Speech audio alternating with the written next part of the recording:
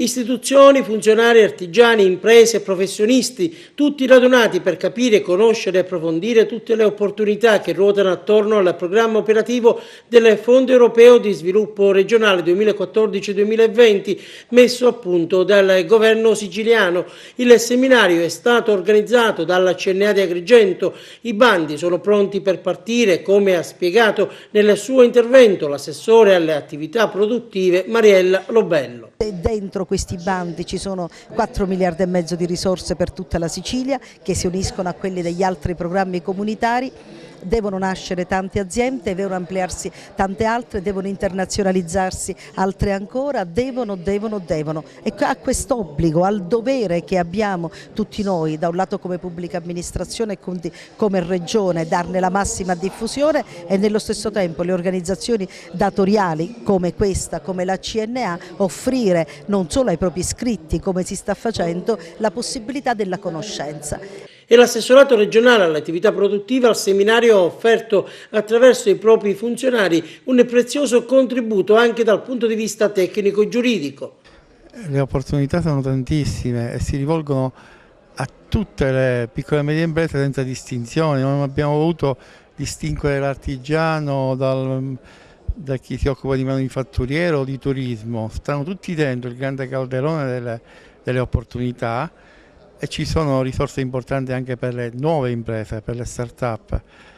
Anche lì sappiamo che nonostante il forte contributo a fondo perduto per queste realtà, fatte di giovani, di nuove idee, quel po' che devono mettere loro deve essere coperto, assicurato, garantito anche da una politica del credito, della garanzia, se no questi ragazzi non li aiutiamo per davvero. La qualità degli interventi e la massiccia partecipazione al seminario hanno esaltato il ruolo della CNA di Agrigento, la cui macchina organizzativa non ha tralasciato nulla, allestendo anche un maxi schermo per consentire a tutti di partecipare.